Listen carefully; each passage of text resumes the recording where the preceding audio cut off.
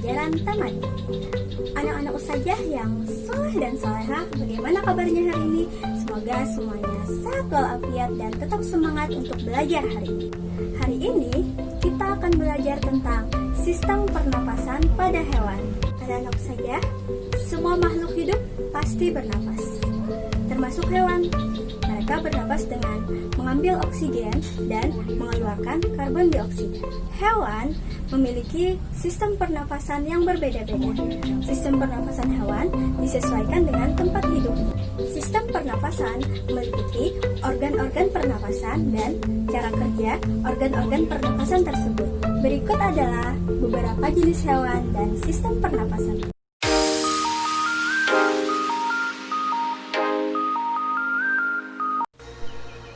Cacing atau vermes bernafas menggunakan permukaan kulitnya. Kulit cacing selalu basah dan berlendir untuk memudahkan penyerapan oksigen dari udara.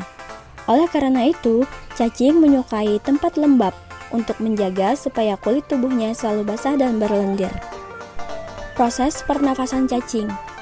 Udara yang mengandung oksigen masuk melalui kulit, kemudian diikat oleh darah yang mengandung hemoglobin, terus diedarkan ke seluruh tubuh. Zat sisa pembakaran berupa karbon dioksida dan uap air kemudian dikeluarkan melalui permukaan kulit cacing. Serangga bernapas menggunakan trakea, yaitu saluran-saluran halus yang bercabang dan tersebar di seluruh tubuh serangga. Proses pernafasan serangga. Udara yang mengandung oksigen masuk melalui spirakel, yaitu pori-pori kecil di permukaan tubuh serangga, kemudian menuju trakea dan menghasilkan karbon dioksida. Karbon dioksida dialirkan ke trakeola, kemudian dibuang melalui lubang spirakel. Ikan atau Pisces bernapas menggunakan insang. Insang berbentuk lembaran tipis berwarna merah muda dan selalu lembab. Untuk memperoleh oksigen yang cukup, mulut ikan dan insang bekerja sama seperti pompa isap air. Proses pernafasan ikan. Insang menutup secara bersamaan, mulut terbuka dan dinding mulut mengembang.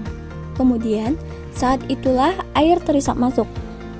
Saat mulut menutup dan rongga mulut menyempit, secara bersamaan insang terbuka. Kemudian air keluar dari mulut melewati insang dan oksigen dari dalam air terserap dan karbon dioksida keluar.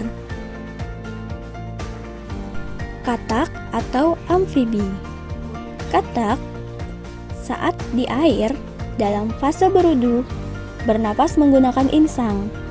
Saat di darat bernafas menggunakan paru-paru dan kulitnya yang lembab dan basah. Proses pernafasan amfibi. Di dalam paru-paru amfibi terdapat banyak gelembung udara yang sangat kecil, berselaput dan penuh dengan kapiler darah. Kemudian, oksigen diserap dan karbon dioksida dikeluarkan. Permukaan kulit katak selalu basah agar mudah menyerap oksigen dari udara. Reptilia bernafas menggunakan paru-paru. Proses pernafasan reptilia. Udara masuk melalui hidung, kemudian menuju batang tenggorokan dan menuju paru-paru. Di sana terjadi pertukaran oksigen dan karbon dioksida. Pada reptilia, lubang hidungnya dapat ditutup selama menyelam, agar air tidak masuk ke paru-paru.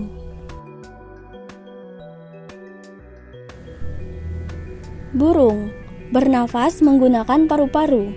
Namun, saat terbang, burung bernafas menggunakan udara yang tersimpan di pundi-pundi udara atau kantong udara. Proses pernafasan burung. Udara yang mengandung oksigen masuk melalui lubang hidung, kemudian masuk ke pembuluh udara yang bernama trakea. Sebagian udaranya masuk ke kantong udara, sebagian lagi masuk ke paru-paru. Mamalia atau hewan menyusui. Mamalia terbagi menjadi dua, yaitu mamalia darat dan mamalia air. bernapas menggunakan paru-paru. Proses pernafasan mamalia. Udara masuk melalui hidung, kemudian menuju pangkal tenggorokan, kemudian menuju batang tenggorokan, dan kemudian menuju ke paru-paru. Di sana terjadi pertukaran oksigen dan karbon dioksida. Untuk mamalia yang hidup di air, bernapas dengan cara memunculkan diri ke permukaan air secara berkala untuk mengambil udara. Nah, anak-anakku saja yang soleh dan solehah, dari penjelasan tadi maka dapat kita simpulkan bahwa alat pernapasan hewan pada cacing terdiri dari kulit. Pada serangga, bernapas dengan trakea. Ikan bernapas dengan insang. Amfibi untuk fase berwudu bernapas dengan insang. Pada fase katak bernapas dengan paru-paru. Kemudian reptilia bernapas dengan paru-paru. Burung bernapas dengan paru-paru ketika dia tidak terbang. Namun ketika terbang, burung bernapas dengan pundi-pundi udara. Dan terakhir, mamalia bernapas dengan paru-paru. Untuk mengetahui pemahaman kalian dari materi yang telah disampaikan tadi, mari kita kerjakan latihan berikut ini.